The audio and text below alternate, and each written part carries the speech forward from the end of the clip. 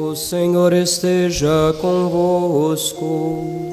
Ele está no meio de nós. Proclamação do Evangelho de Jesus Cristo, segundo Lucas. Glória a vós, Senhor.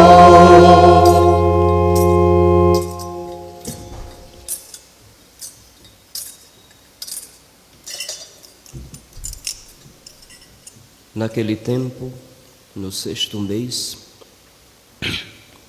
o anjo Gabriel foi enviado por Deus a uma cidade da Galileia chamada Nazaré, a uma virgem prometida em casamento a um homem chamado José. Ele era descendente de Davi e o nome da virgem era Maria. O anjo entrou onde ela estava e disse: Alegra-te, cheia de graça, o Senhor está contigo. Maria ficou perturbada com estas palavras e começou a pensar qual seria o significado da saudação. O anjo então disse-lhe: Não tenhas medo, Maria, porque encontraste graça diante de Deus. Eis que conceberás e darás à luz um filho, a quem porás o nome de Jesus. Ele será grande, será chamado Filho do Altíssimo, e o Senhor Deus lhe dará o trono de seu pai Davi. Ele reinará para sempre sobre os descendentes de Jacó, e o seu reino não terá fim. Maria perguntou ao anjo: Como acontecerá isso, se eu não conheço homem algum? O anjo respondeu: O Espírito virá sobre ti, e o poder do Altíssimo te cobrirá com sua sombra. Por isso, o menino que vai nascer será chamado Santo, Filho de Deus. Também Isabel, tua parenta, concebeu um filho na velhice. Este já é o 6º mês daquela que era considerada estéril, porque para Deus nada é impossível. Maria então disse: Eis aqui a serva do Senhor, faça-se em mim segundo a tua palavra. E o anjo retirou-se. Palavra da salvação. Glória a vós, Senhor.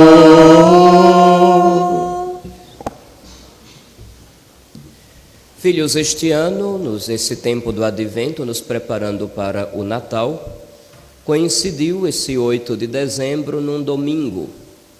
A solenidade da Imaculada Conceição está tão ligada ao mistério da encarnação do Filho de Deus e do seu nascimento, que mesmo quando essa solenidade cai no domingo, tem precedência, assim como a maioria das solenidades. Mas esta tem um caráter todo especial, porque é justamente porque o Verbo precisou fazer-se carne, nascer e habitar entre nós, que o milagre que celebramos hoje aconteceu. Sim, foi justamente por causa do menino que haveria de nascer e nos salvar que o milagre que celebramos hoje aconteceu. E quando aconteceu esse milagre, Padre, nós estamos cercados daquele povo que ainda fica procurando algumas expressões na Sagrada Escritura, como quem está procurando uma palavra num emaranhado de letras. O bendito caça-palavras, e não é assim que a coisa deve ser compreendida.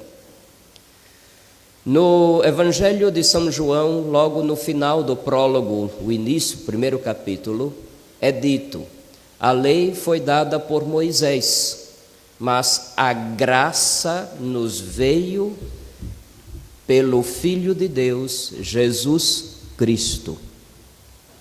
Se a graça é dada por Jesus Cristo, como compreender que antes de Cristo ser concebido como um ser humano, já alguém estava cheia da graça? Se não for uma antecipação de Deus, para quem não existe ontem nem amanhã, Deus está acima do tempo, nós estamos abaixo do tempo. Nós nos submetemos a passado, presente e futuro. Deus não se submete a esse limite do tempo. Então, para ela, nosso Senhor antecipa o que para nós virá depois do sacrifício redentor de nosso Senhor. Nós somos salvos por Cristo de forma curativa.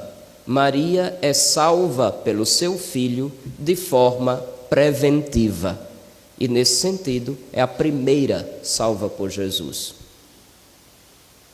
Ela por si só, digamos assim, se fosse somente uma mulher qualquer, como alguns querem fazer acreditar, certamente o anjo não teria dito o que Deus mandou dizer. Ou melhor, Deus nem teria mandado o anjo dizer daquele jeito. Eu já vi alguns pregadores dizerem assim: o anjo chegou e teve uma surpresa, ficou encantado com o que vi, foi por isso que mudou a saudação. Não, não foi por isso, porque ele ficou encantado. Um anjo não é refém de sentimentos como nós costumamos ser. Anjo, a palavra angelos, ao pé da letra, significa o que traz uma mensagem, um mensageiro. Um anjo, quando vem falar, o que é dito é por ordem divina, ponto. Se antes de Cristo ainda nascer, viver e morrer na cruz entre nós, o anjo, por ordem de Deus, mudou o nome de Maria e disse: cheia de graça, pelo amor de Deus. A gente não pode dizer coisa diferente. Os padres da igreja costumam dizer, olhando essa passagem do Evangelho de São Lucas, que Nossa Senhora, ela tem 3 nomes. Aí vocês perguntam, né? Quando a gente diz Nossa Senhora do Bom Conselho, Nossa Senhora da Aparecida, Nossa Senhora de Fátima, Nossa Senhora do Livramento, Nossa Senhora da Saúde, tantos títulos que o nosso carinho dá para ela. Mas de onde vem esse costume de tantos nomes para uma pessoa só? Basta ver o simples trecho de São Lucas que vimos hoje. Maria foi o nome que os pais deram a ela. Deus deu a ela outro nome, cheia da graça. Em grego, que é a língua original do Evangelho, é dito como uma palavra só. Nós usamos 3 expressões, cheia da graça. Mas a palavra que é dita em grego, ela é dita em conjunto, como uma coisa só. É dito kecharitumene. Kecharitumene em grego, que significa aquela que foi toda tomada pela graça. É uma coisa incrível, não? Esse é o nome que Deus deu a ela. Porque a graça preencheu tudo, para que não houvesse nenhum espaço para que ali chegasse o pecado e maculasse a Santíssima Virgem, Mãe de Deus. E o terceiro nome é o nome que ela dá a si mesma. Quando tira a dúvida de como a coisa vai acontecer, e o anjo explica, então ela diz: eu sou a serva do Senhor. É a primeira vez que na Sagrada Escritura uma mulher é chamada de serva do Senhor. Não teve isso antes na Bíblia. Se estiver duvidando, comece a ler de cabo a rabo. Antes só foi chamado de servo do Senhor quem? Moisés, alguns juízes, o rei Davi, algum profeta, ou aquela figura enigmática das profecias de Isaías, que fala de um servo do Senhor que tomará sobre si os pecados do resto do mundo. E que a igreja sempre acredita que é Jesus Cristo na sua paixão. A gente recorda isso na Semana Santa. Maria, o nome dado pelos pais, cheia da graça, o nome dado por Deus. E de si mesmo que ela diz: sou a serva do Senhor. Veja que coisa interessante. O nome que é projetado por outros, aquilo que Deus conhece e a noção que nós temos de nós mesmos. Afinal de contas, o próprio Jesus depois vai dizer: quem se exalta será humilhado. Quem se humilha será exaltado. E quando Nossa Senhora percebe o tamanho do favor que Deus lhe dá, também quando visita Isabel, ela vai dizer o quê? Ele olhou para a humildade de sua serva. Vai ser dito de novo: o poderoso fez em mim grandes coisas, seu nome é santo. de hoje em diante todos me chamarão bem-aventurada, porque é Deus quem exalta os humildes. Entendem, filhos? Então a gente vê duas humanidades aqui. A primeira humanidade que caiu no pecado, que teve em Eva, a mãe dos viventes. A palavra Eva significa exatamente isto, a mãe dos viventes. E lá no Gênesis, quando cai o ser humano em pecado, Deus anuncia que não desiste de sua criação. E é dito a primeira boa notícia, quando dá uma advertência ao tentador, ao adversário, ao inimigo, ao Satã. Porém, inimizade entre ti, coisa ruim. E a mulher, qual mulher? Eva? Mas Eva já tinha caído, graças à astúcia do coisa ruim. Entre a tua descendência, diabo, coisa ruim, e a dela, a descendência da mulher, de quem? De Eva? Pergunta-se.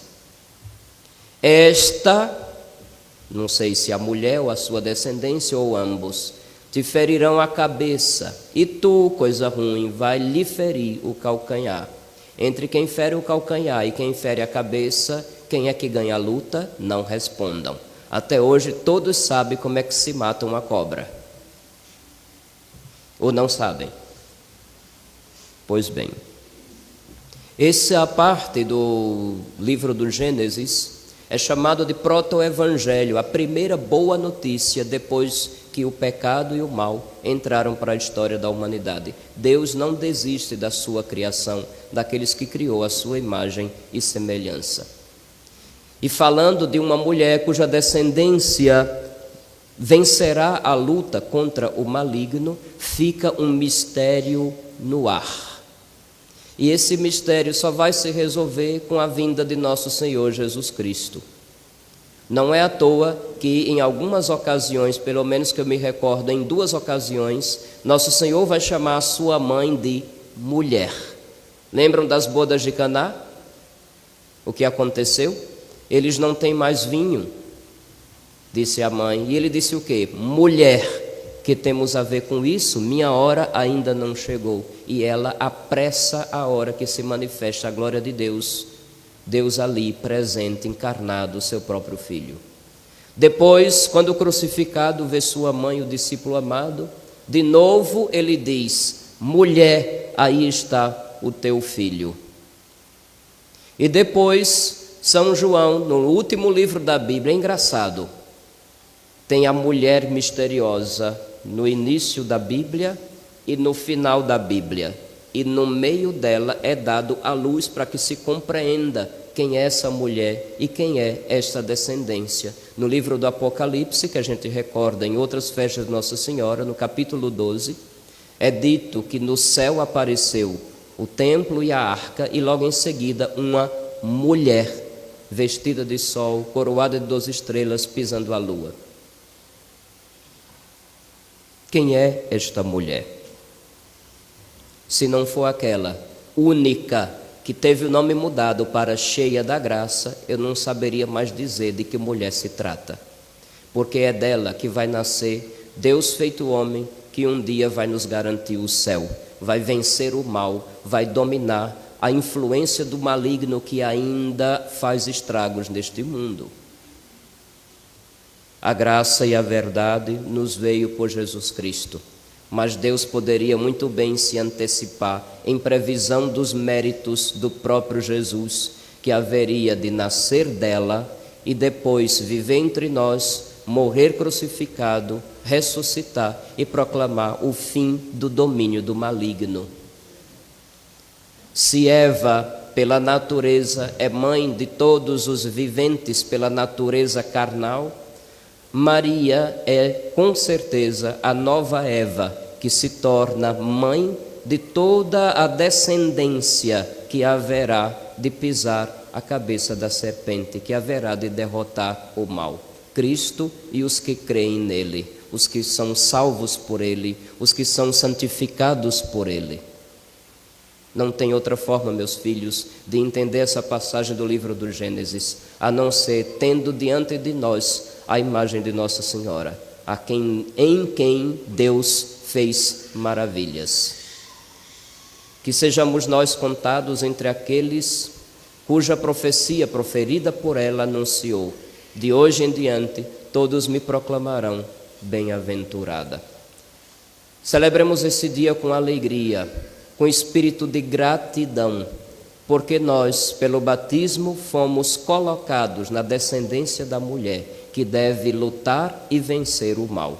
Agora, certamente vai dar uma ação de graças quem já veio à Santa Missa em estado de graça, porque quem se entrega ao pecado acaba se excluindo de toda essa história.